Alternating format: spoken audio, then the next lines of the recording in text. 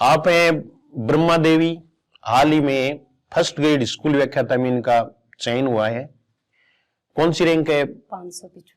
555वीं rank है।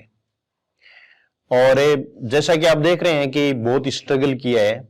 ये struggle की कहानी तो अपनी खुद ही बताएंगी, लेकिन सबसे पहले जीएस हिंदी क्लासेज में हम सभी इनका तालियों से स्वागत करते हैं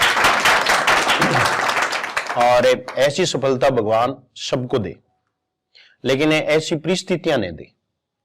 यानी जो परिस्थिति इन्होंने मुझे बताई है वो बहुत ही विकट रही है। तो ब्रह्मा, आप कब से तैयारी कर रही हो? आपने बीएड कब किया? सर मैंने 2007 में किया था बीएड। 2007 में बीएड किया। अब आप देख लो 2007 यानी आज से 17 साल पहले बीएड करके, और हाल ही में इनका सिलेक्शन हुआ है। अभी जो 2024 में अभी इनको पोस्टिंग दे दी है, लेकिन इनको अभी बुलाया नहीं है। तो आपको कौन सा जिला मिला है अभी? मुझे नीम का थाना जिला। नीम का थाना जिला मिला है। कौन सी स्कूल मिली? Government senior secondary school Ghasipura, Patan block में। पाटन ब्लॉक में घासीपुरा सीनियर सेकेंडरी स्कूल इनको हाल ही में मिली है। इनको जल्दी बुला लेंगे। तो मतलब कहने का मतलब पोस्टिंग हो गई और एक लंबी कहानी है। 2007 के बाद आप सोच सकते हो कि कितना टाइम गुजर गया, और इससे भी आप अंदाजा लगा सकते हो कि अभी आपका बेटा भी कंपटीशन की तैयारी कर रहा है तैयारी। कौन सी? उसने सीनियर कर ली। और इनके पास वो तैयारी करता था तो उसके पास भी आप रही और वो स्कूल में गया और इन्होंने पढ़ाई की। ठीक है, अब ये अपना खुद ही बताएंगी। झुंझुनू में सबसे पहले आप कब आई कोचिंग में? सर मैं 2013 में आई थी कोचिंग। 2013 में आई थी। तो आपने यहाँ पे क्लास लगा रखी थी? यहाँ क्लास लगा रखी थी। हिंदी भवन में पूरा बहुत से स्टूडेंट थे। तो हम 7-8 लड़कियां आई थी सीथल से। तो उन्होंने कहा कि यहाँ तो जगह ही नहीं है। तो मैंने कहा कि आप तो हम लेट आए हैं और कल टाइम पर आ जाएंगे तो मिल जाएगी जगह मिल जाएगी। ये इसने सुझाव दिया, जगह नहीं मिली थी बैठने के लिए। तो फिर मैं दूसरे दिन वापस उनको लेके आई कि नहीं पढ़ेंगे तो सर से ही पढ़ेंगे। तो उन्होंने कहा कि नहीं भाई, तो वो तो जगह नहीं है, वो तो कोई दूसरी कोचिंग में चली गई। और मैंने घर पे तैयारी की। तो घर पे तैयारी की पहली बार इन्होंने। 2 दिन क्लास लेने का भी मुझे बहुत फर्क पड़ा। 10 और 11 में मैंने सेकंड ग्रेड का एग्जाम दिया। तो उस टाइम मैंने हिंदी साहित्य का इतिहास को टच भी नहीं किया, तो सिलेक्शन कहाँ से होगा। तो 2 दिन की क्लास के बाद मुझे थोड़ा पढ़ने का मालूम हुआ, सर के पास आई तो मैंने 2014 में जो कंपटीशन दिया ना, उसमें मेरे 350 नंबर बने हिंदी में सेकंड ग्रेड का, और उसमें 352 मेरिट रही थी उस टाइम। तो मैं रह गई। फिर घर गृहस्थी में ऐसे ही मैंने ड्रॉप बहुत ज़्यादा ले लिया। जो विज्ञप्ति आती तब स्टार्ट करती, फिर वापस 1-2 साल ऐसे ही निकाल देती थी। बीच में आप लगातार आपकी तैयारी वो नहीं हो सकी। वही सर मेरा माइनस पॉइंट था। वो माइनस पॉइंट था। हाँ, वो इतने दिन बाद में मुझे सफलता मिली। और उसके बाद फिर आपने कोचिंग कब की? तो नवंबर 2015 में सर के पास आई। तो वहाँ विवेकानंद में 3 सेट लगा था। मैंने आई तो सेकंड ग्रेड के लिए थी कि पहले ये धारणा बना चुकी थी कि फर्स्ट ग्रेड में तो फर्स्ट पेपर में बहुत सब्जेक्ट आते हैं, तो उसमें तो नहीं होगा हमारा। ये डर इनका भी है। हाँ, कि फर्स्ट पेपर में बहुत। हाँ, तो हमारी पूजा है ना, ये तो फर्स्ट ग्रेड इसलिए नहीं देती कि उसमें सब्जेक्ट ज्यादा है, फर्स्ट पेपर में नंबर चाहे ज्यादा आ जाए। हाँ, फिर मैंने देखा तो फर्स्ट ग्रेड के लिए और वहाँ बैच चालू था, तो मैंने वो ज्वाइन कर लिया। फर्स्ट ग्रेड वाला ज्वाइन किया? हाँ, फर्स्ट ग्रेड वाला। बीच में रीट आ गई तो एक फिक्स टारगेट नहीं लेके आई थी मैं कि फर्स्ट ग्रेड करनी है मुझे, फर्स्ट ग्रेड ही करनी है। बीच में रीट की तैयारी करने लग गई के लिए लग गई। तो उस टाइम मेरे 280 नंबर बने थे सिर्फ, और 311 मेरिट रही थी। मतलब बहुत पीछे रह गई। Up down. हाँ, मुझे टाइम भी सर 6 महीने में 2 महीना रीट को दे दिया। अच्छा, तो बीच में टाइम। हाँ, और मैं तो ये मानती हूँ कि 10 से 12 महीने तो जरूरत है फर्स्ट ग्रेड हो चाहे कोई कंपटीशन हो उसकी तैयारी के लिए। अगर आप ऐसे बोलते हैं कि 4 महीने में क्रैक कर दिया, 6 में, वो मैं तो नहीं मानती सर। 10-11 महीने लगेंगे। 10-11 महीने मतलब 1 साल मानो आप। हाँ, 1 साल। 1 साल है वो नौकरी के नाम करना पड़ेगा। बाद में वो वापस रह गई घर पे, न कोई फिर तैयारी की न कोई तैयारी की न, बस 2018 में सर के पास वापस आई। 2018 में फिर कोचिंग करने के लिए आई सर के पास। तो यहाँ मेरी बड़ी बहन है मेरे पास ही, कजन सिस्टर है। तो उनकी बेटी इंदिरा नगर में रहती थी, तो उन्होंने कहा कि तू अप डाउन मत कर, तू मेरे पास रह और यहाँ अच्छी तरह से तैयारी कर। तो मैंने तैयारी की, तो मैं फर्स्ट बार मैंने नेट दिया 2000 दिसंबर में। नेट दिया? नेट? हाँ, तो वो मेरा क्लियर हो गया। नेट क्लियर हो गया? इस पर तालियां तो बजाओ आप तो बिल्कुल। सर ने मुझे डबल फायदा दिया कि फर्स्ट ग्रेड के लिए आई थी और नेट क्लियर हो गया फर्स्ट अटेम्प्ट में। बाद में वो एग्जाम पोस्टपोन हो गया। मेरी किस्मत ही कुछ मतलब है, मैं तो मानती हूँ थोड़ा बहुत सर किस्मत को। किस्मत को भी मानती हो? हाँ, जरूरी है। तो वो पोस्टपोन हो गई एग्जाम, तो मैं वापस घर चली गई 2019 अब जून में चली गई। तो मैंने सोचा कि हमारा भी नहीं होगा, और मेरा बेटा उस टाइम 10th क्लास में हो गया था, तो कि न तो बेटे की पढ़ाई होगी न अपनी, हम तो रह गए, बेटा भी रह जाएगा। तो ऐसे करके मैं वापस घर पे चली गई। तो वापस मैंने किताब को ऐसे टच भी नहीं किया, छोड़ ही दिया कि बोलते हैं कि फर्स्ट ग्रेड का एग्जाम जुलाई में होगा। तो मैंने सोचा कि देखेंगे बाद में, बहुत टाइम पड़ा है, 12 महीने है। तो उसमें मेरा डबल में तो हो गया, और डबल में हो गया, लेकिन फाइनली सिलेक्शन नहीं हुआ। जो कितना स्ट्रगल किया है? बाद में मैं 2020 में हमारी सासू माँ एक्सपायर हो गई। वो तो माने उनकी तो ट्रेजेडी पर ट्रेजेडी भी इनकी हुई। एज थी उनकी, तो कोई दिक्कत नहीं। फिर 2021 में मेरा बड़ी भाई साहब पहले नेवी में थे और बाद में पटवारी थे वो प्रतापगढ़, तो उनकी पोस्टिंग यहाँ हो गई थी। तो वो अपने बच्चों को लेकर वापस आ रहे थे, तो उनका एक्सीडेंट हो गया, तो बड़ी भाभी मेरी एक्सपायर हो गई। बड़ी भाभी है वो भी चली गई। फिर मैंने ऐसे कर लिया कि अब तो बिल्कुल भी नहीं होगा। बाद में मेरे बेटे को सीकर डाला, मैट्रिक्स कोचिंग में डाला था मतलब। तो मेरी बड़ी बहन है ना, उन्होंने कहा कि आप जाओ, आप भी तैयारी कर लो, इतने दिन हो गए, अपने बेटे को भी पढ़ा लो। तो मैंने कहा नहीं, मेरे से तो नहीं होगा। तो मैंने उन्हीं को भेजा कि आप जाओ दीदी। तो 2 महीने तो गए। फिर मेरे हस्बैंड और उस दीदी ने कहा कि ऐसे मत करो, आप वापस करो थोड़ा। तो मैं वापस बेटे के पास जाकर, और सर के जो नोट्स थे मैंने उन्हीं का रिवीजन किया। और वहां मतलब आपने कोई कोचिंग वगैरह ज्वाइन नहीं की? जो जिनके कारण आज मुझे मतलब सर का सबसे बड़ा ये योगदान मानती हूँ कि सर के अलावा कहीं भी जाने की जरूरत नहीं है हिंदी के लिए। तो और अब भी 2021 में वो भाभी वाली ट्रेजेडी हो गई। 2022 में छोटा मतलब मेरे से तो बड़ा था, भाई था छोटा छोटा, तो उनकी पीढ़ लिए के कारण वो 3 महीने मतलब मैं डिप्रेशन में से रही। फिर भी मैंने हिम्मत नहीं हारी। मतलब एक भाई भी खो दिया परीक्षा से पहले, फिर भी तैयारी की।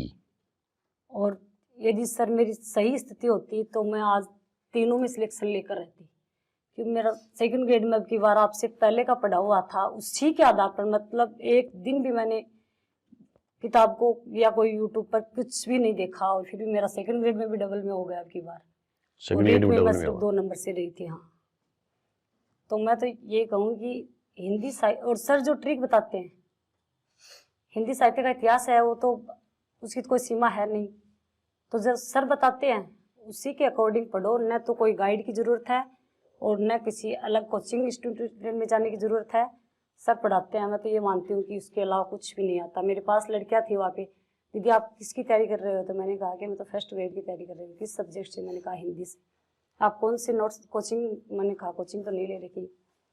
तो आप किससे पढ़ते हो? मैंने कहा कि मैंने पहले कोचिंग ली थी और सर के नोट्स है घनश्याम जी सर हमारे, तो उनके नोट्स है, मैं तो वही पढ़ती हूँ।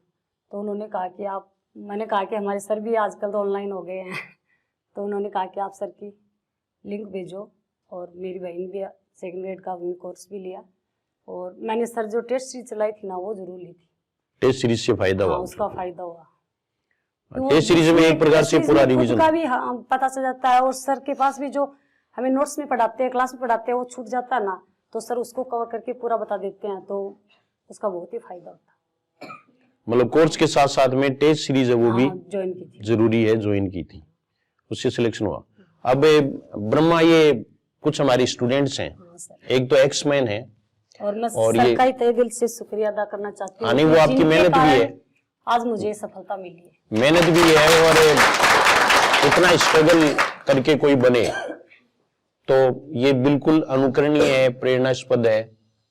तो हमारे कुछ स्टूडेंट्स हैं, उनमें एक्समैन है, संजय जी कुलेरी हैं, ये अभी तैयारी करने के लिए आए हैं जी सर। और ये तैयारी कर रहे हैं। इनके भी एक बहुत बड़ा गैप जो स्वाभाविक है, जो आर्मी में सर्विस करते हैं तो उनके पढ़ाई में गैप आ जाता है, तो एक गैप है, उसको कैसे पूरा करें, इनकी एक क्यूरियोसिटी है कि ये भी पूछें। आओ संजय जी, आओ आप पूछो। और एक ये भी है कि निरंतरता जरूरी है पढ़ाई में। मेरा माइनस पॉइंट और इतने दिनों के बाद में सफलता में मुझमें निरंतरता नहीं थी, उसकी वजह से ये है, तो आप निरंतरता बनाए रखो।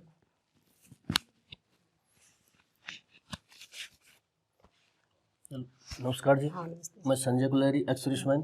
मैं आज जैसे आपने बताया अभी कि 17 साल का गैप हो गया था, हाँ सर। तो मेरा भी क्या है 21 साल सर्विस करके मैं आ रहा हूँ अभी।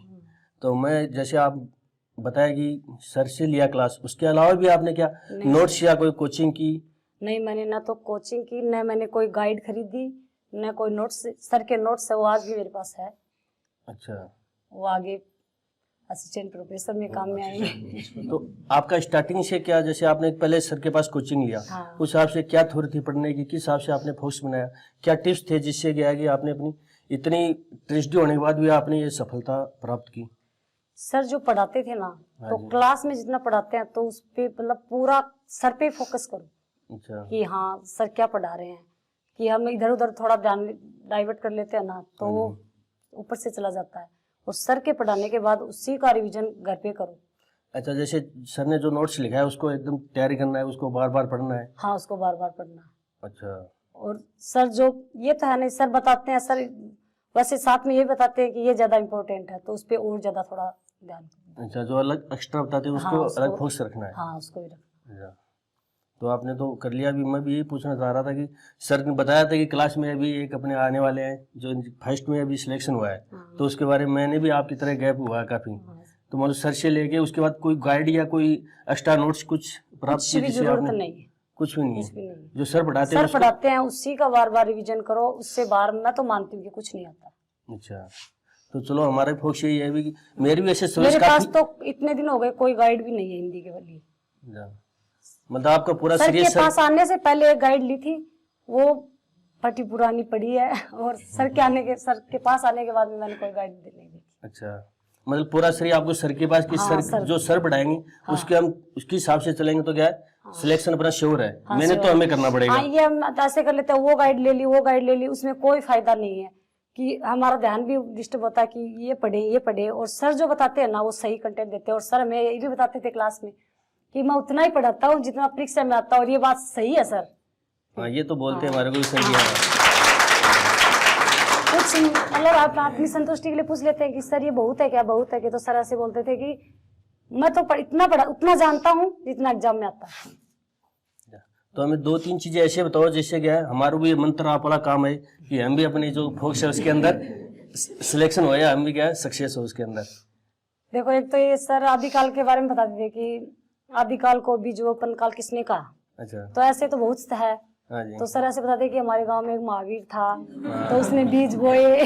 हाँ सर, ऐसे एग्जाम्पल तो बहुत देते हैं। मैं वहाँ गया, वहाँ ऐसे मिला, और सर जाते हैं वहाँ ऐसे कुछ न कुछ मिल ही जाता है कि क्लास का वो एग्जाम्पल बन जाता है। आदिकाल को संक्रमण काल किसने कहा।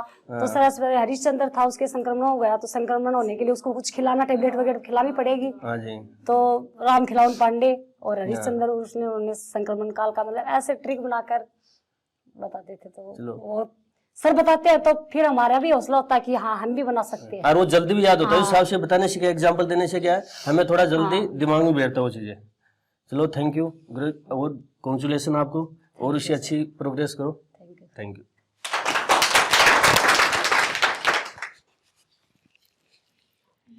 अभी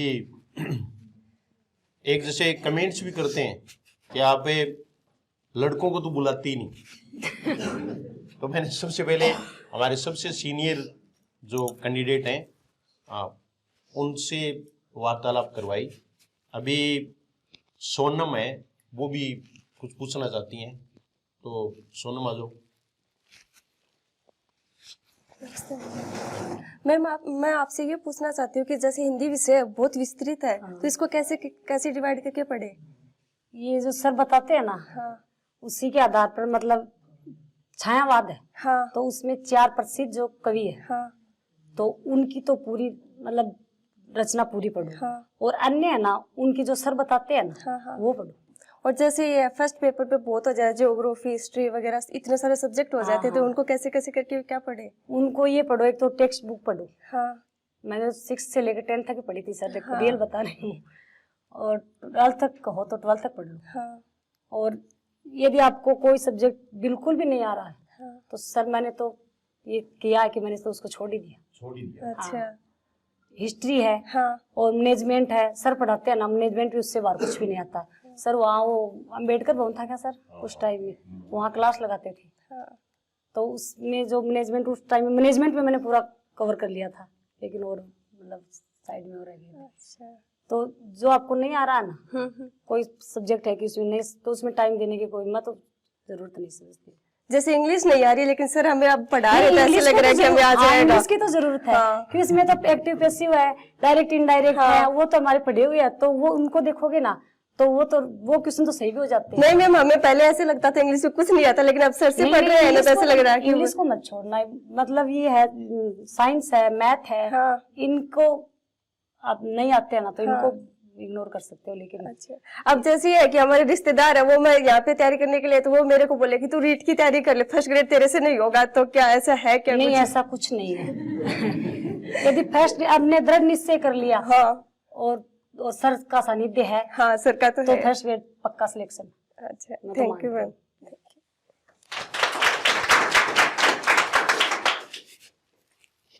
इसके बाद में एक ये छोटी सी लड़की है मोनिका, ये अभी तैयारी करने आई है। हाँ जी सर। और ये मेरे पास पहले भी पढ़ी हुई है, तो ये पूछना चाहती है, तो अब पता नहीं ये क्या पूछेगी। जी सर, वो देखो।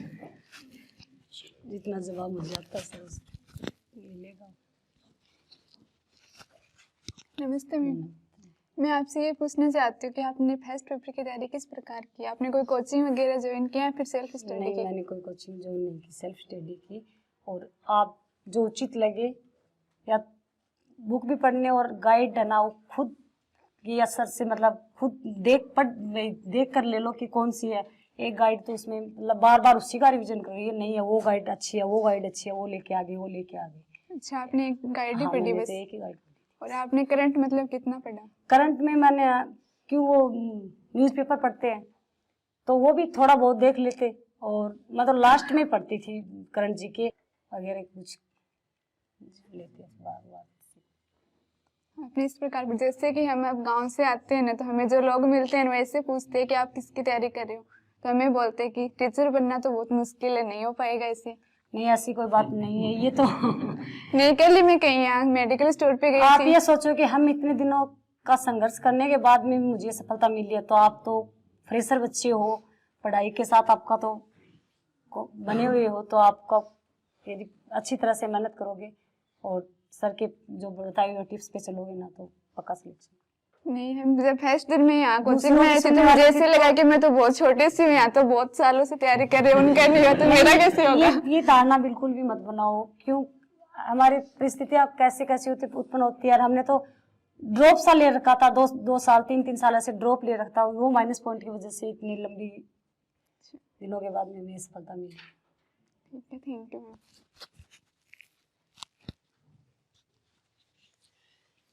एक ब्रह्मा ये पूछना चाहते हैं कि आपने साइकोलॉजी की तैयारी कहाँ से की, क्योंकि फर्स्ट पेपर में नहीं है साइकोलॉजी, और फर्स्ट ग्रेड में सेकंड पेपर में है, तो यानी सब्जेक्ट के साथ है। हाँ, तो सब्जेक्ट के साथ है, तो वहाँ 30 प्रश्नों का वो देते हैं। हालांकि पिछली बार प्रश्न कम आए, 20 के आसपास ही आई साइकोलॉजी हाँ। के, लेकिन उन्होंने अभी जो संस्कृत वाले जो वैकेंसी निकली है संस्कृत डिपार्टमेंट से, उसमें फिर उन्होंने 30 प्रश्न है उसका ही रेशियो दिया है, तो हमें 30 मानकर चलना चाहिए। और उसका एक बहुत बड़ा रोल है, क्योंकि वो हमें मेरिट में काफी अप ले जा सकते हैं। अगर मान लीजिए साइकोलॉजी में और 5 प्रश्न और ज्यादा सही होते हैं, तो वो हमें सीधा सीधा फायदा हो रहा है, सब्जेक्ट की कुछ कमियां भी वो दूर कर सकती है। तो आपने साइकोलॉजी की तैयारी है वो कहाँ से, किससे की, या कोई किताब से की, या कैसे की?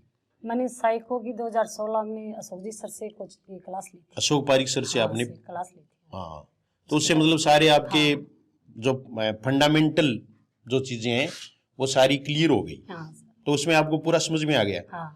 और एक बार पढ़ने के बाद में फिर कोई ज्यादा जरूरत नहीं रहती है, फिर बाद उसके में बाद भी में मैंने सर की यूट्यूब पे क्लास, यूट्यूब पर भी आपने क्लास देखी है देखी सर की, थी। हाँ, देखी थी अशोक जी की क्लास इन्होंने यूट्यूब पे। देखी है, तो साइकोलॉजी के लिए वो मतलब ठीक है, हाँ, आपको बेस्ट ठीक है सर। जच गया, बेस्ट है। तो वैसे तो क्या है कि सभी प्रचार करते हैं तो अपन भी कर रहे हैं, वो एक अलग बात है। लेकिन ये रियलिटी है। देखो हाँ सर। ब्रह्मा ने वास्तव में स्ट्रगल किया है, और इससे आप ये जरूर प्रेरणा लेंगे कि परिस्थितियां विपरीत हो सकती हैं, परिस्थितियां विपरीत हो सकती हैं, और ये मानती भी हैं कि किस्मत का भी एक बहुत बड़ा रोल है। लेकिन मेरा ये मानना है कि हर चीज को पॉजिटिव लेना चाहिए। अगर मान लीजिए 5 साल पहले इनका 3rd ग्रेड में सिलेक्शन हो जाता, तो उससे बेटर ये है कि अब 1st ग्रेड में हो, ये ज्यादा बेटर है। तो कोई न कोई अच्छे काम के लिए ही हो रहा है, और नेट इनकी है ही, तो असिस्टेंट प्रोफेसर वाली तैयारी आप कर रही हो। सर वो उसके बाद में तो मैंने नहीं की, वो भाई साहब का एक्सपायर होने के बाद। अच्छा, उसके बाद में आपने तैयारी की नहीं है, तो अभी तैयारी अब आप ज्वाइन कर लो ना। उसके बाद में बच्चों को अच्छी तरह से पढ़ाना है, साथ साथ में पढ़ाते पढ़ाते तैयारी हो जाएगी, और वो तैयारी करनी है। तो ब्रह्मा, आपने हमारे जो स्टूडेंट्स हैं, कैंडिडेट्स हैं, उनको समय दिया, उनको ये चीज़ें आपने बताई, और ये भी इसका फॉलो करेंगे। तो आप आई, इसके लिए आपको बहुत बहुत धन्यवाद। सर मैं आपका भी फिर से एक बार तहे दिल से शुक्रिया अदा करना चाहती हूँ कि आपकी वजह से मैंने सफलता अर्जित की। इसमें देखो, सफलता अर्जित करने में टीचर एक गाइड का काम करता है। मैं हमेशा ही कहता हूं कि मैं आपको बता सकता हूं कि पहले ऐसा हुआ है, और आप भी वो कर सकते हैं। करना आपको पड़ेगा, पढ़ना पड़ेगा। इसका कोई बहुत बड़ा जो शॉर्टकट अगर हम सोचें तो वो नहीं है। लेकिन जिनकी निष्ठा होती है, और जो रेगुलरिटी रखते हैं, और ईमानदारी से प्रयत्न करते हैं। ईमानदारी का यहां मेरा मतलब है खुद के प्रति ईमानदारी, कि उसमें यानी आप प्रिटेंड नहीं करें, आप बहाना नहीं करें, बल्कि आप रियली पढ़ें। चाहे आप कम समय तक पढ़ लें, लेकिन आप पढ़ लें। सर और ये सही है, कुछ कोई है वो, घंटे मायने नहीं रखता। और मैंने 12th के बाद की पूरी पढ़ाई मेरे ससुराल से ही की है। शादी कब हुई थी आपकी? मेरी शादी 2001 में हुई थी सर। 2001 में शादी हुई थी। सर मेरे 2001 में। अभी उम्र कितनी हो गई आपकी? उम्र 37। 37 उम्र। हाँ। 37 साल में जब तैयारी की जा सकती है, और गृहस्थी के साथ तैयारी करना अपने आप में एक बड़ा चैलेंज होता है महिला के लिए। पुरुष का तो मैं कह नहीं सकता कि उनकी जिम्मेदारी, हाँ, क्योंकि कोई मानता ही नहीं। सर मेरी बड़ी बहन है ना, हाँ, कजिन सिस्टर है, वैसे हाँ, हम हाँ। जॉइंट फैमिली में रहे हैं। अच्छा अच्छा। उनका और मेरे पति का बहुत बड़ा योगदान रहा। उन्होंने कभी ये नहीं कहा, यदि मैं पढ़ रही हूँ तो ये नहीं कहा कि आप क्या कर रही हो, ये काम कर लो। हाँ, ये मैं भी खुद बड़ा ने सही मेरी हो गया। मर्जी से जो किया ना वो कर लिया। उनका मतलब सिस्टर का और हस्बैंड का बहुत योगदान रहा, और ये दो महत्वपूर्ण भी हैं। क्योंकि अगर हमें परिवार रोकता है तो डिस्टर्बेंस जरूर होता है, तो परिवार सहयोग करे, ये भी एक बड़ी बात है। इससे पहले जैसे एक इंटरव्यू और करवाया था, तो उन्होंने भी अपनी सास को, ससुर को पूरा श्रेय दिया था, तो यहाँ अपने पति को भी श्रेय दिया था। तो कहने का मतलब ये एक महत्वपूर्ण बात है कि महिला के लिए परिवार सहयोग करे, ये बहुत जरूरी है। ये कहीं न कहीं हमें, यानी हमें और नहीं है तो अपन अब पढ़ रहे हैं तो उसमें हम उनसे मोटिवेट ही होते हैं। तो यानी और कुछ जो है वो इस तरह का जो ये सुन रहे हो, तो वो ये जरूर, वो सासू माँ भी अगर सुन रही हो, मैं कैंडिडेट से उनसे आग्रह करूंगा कि वो अपनी सास, ससुर, हस्बैंड, उनको भी ये इंटरव्यू जरूर सुनाए, ब्रह्मा का इंटरव्यू जरूर सुनाए, ताकि वो भी प्रेरित हो कि भाई अगर वो सहायता कर सकते हैं तो मैं भी करूं। यानी कुछ के भी फर्क पड़ेगा तो भी ये सही है, यानी हमें कुछ न कुछ फायदा ही होगा। तो ये आप जैसे आप में से कुछ कहते रहते हैं कि मेरा सिलेक्शन हो जाएगा क्या, मुझे तो पूछते ही रहते हैं। कुछ हम फोन पर पूछते हैं कि भाई किसकी तैयारी करें, 1st grade, 2nd grade, 3rd grade. तो मैं आपको ये कहना चाहता हूं कि सबसे इजी तैयारी अगर कोई है तो वो 1st ग्रेड की है। 1st ग्रेड की सबसे इजी तैयारी है। 3rd ग्रेड के लिए कुछ नहीं कहा जा सकता। ये देखो, ब्रह्मा का 3rd ग्रेड में नहीं हुआ, फाइनली 2nd ग्रेड में भी फाइनली सिलेक्शन नहीं हुआ और फर्स्ट ग्रेड में हुआ। तो इसका मतलब क्या है कि सीधा ये जरूरत ही नहीं है थर्ड ग्रेड सेकंड ग्रेड, इसकी जरूरत ही नहीं है। आप जो फर्स्ट ग्रेड है उस पर पूरा फोकस करें। हाल ही में वैकेंसी भी क्या है कि फर्स्ट ग्रेड की पहले आने की संभावना है। ये मैं केवल संभावना बता रहा हूं, मैं कोई प्रवक्ता नहीं आरपीएससी का, लेकिन मैं ये बता रहा हूं कि ऐसा पहले जो अभ्यर्थना भेजी गई है उसके मुताबिक हमें ऐसा लग रहा है, क्योंकि संस्कृत डिपार्टमेंट है उन्होंने भी पहले फर्स्ट ग्रेड की निकाली है, तो हमें ये ऐसा लग रहा है कि सामान्य शिक्षा वाले भी फर्स्ट ग्रेड की पहले निकालेंगे। तो ये और कोई क्वेरी किसी के हो, कोई बात पूछना चाहता हो तो अभी तो वर्मा, हाँ आ जाओ आप। हाँ, ये बहुत दिनों से परेशान, बहुत दिनों से एतम सर से होने, हाँ ये पूछना चाह रही हैं, ये ऐसे लगा।